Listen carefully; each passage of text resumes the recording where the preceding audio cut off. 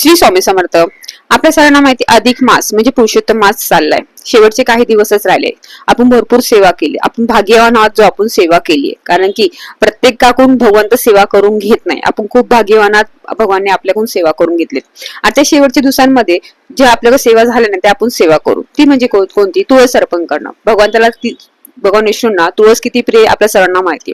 मग त्यांना तुळस अर्पण करायची. मग ती कशी करायची? सकाळची तुम्ही देवघरामध्ये तुमची देवपूजा झाली की बाळकृष्णाच्या मृत्यू पंचामृताने अभिषेक करा.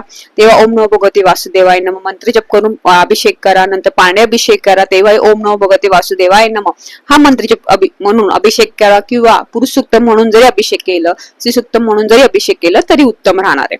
नंतर मूर्तीला देवघरामध्ये त्याच्या जागेवर स्थापन करा. त्याच्यावर तुम्हाला थोडेसे तांदूळ घ्या, तांदूळ मूर्ती स्थापन करा.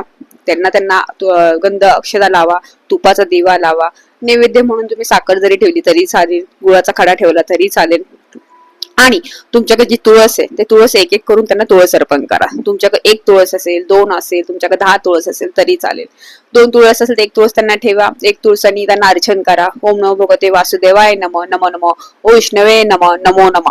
प्रत्येक मंत्रापुढे नमो नमः फक्त म्हणून तुम्ही त्यांना तुळस अर्पण करायचे. असं तुम्हाला विष्णू सहस्रनाममध्ये जी 1000 नाव आहेत ती नावं म्हणून करायची, की विष्णू नामावलीमध्ये 1000 जे नाव आहेत ती नावं म्हणून तुम्ही जर तुळस अर्पण केले तर खूप सौभाग्य राहणार आहे. सोबत किंवा सत्यनारायण जे करत असतील तर सत्यनारायणची पूजा झाल्यावर त्यांना तुळस अर्पण केली तरी चालेल. तसं केलं तरी उत्तम राहणार. किंवा जेव्हा घरची भटजी येऊन पूजा करतात तेव्हा आपण 1000 नाव घेऊन तुळस अर्पण करतो, त्या पद्धतीने आपल्याला तुळस अर्पण करायची. ही सेवा खूप महत्वाची आणि खूप छान सेवा आहे. आणि समाधान तेवढं भेटणार आहे. कारण तुम्हाला माहिती आहे आपण खूप नशीबवान, खूप भाग्यशाली आहोत. भगवंत आपल्याकडून सेवा करून घेतोय. प्रत्येकाकडून सेवा होत नाही. त्यामुळं आपण इतके भाग्यवान आहात की प्रभू आपल्याकडून सेवा करून घेतात. त्यासाठी हा सेवा नक्की करा, मनापासून करा. श्री स्वामी समर्थ. श्री गुरुदेव दत्त.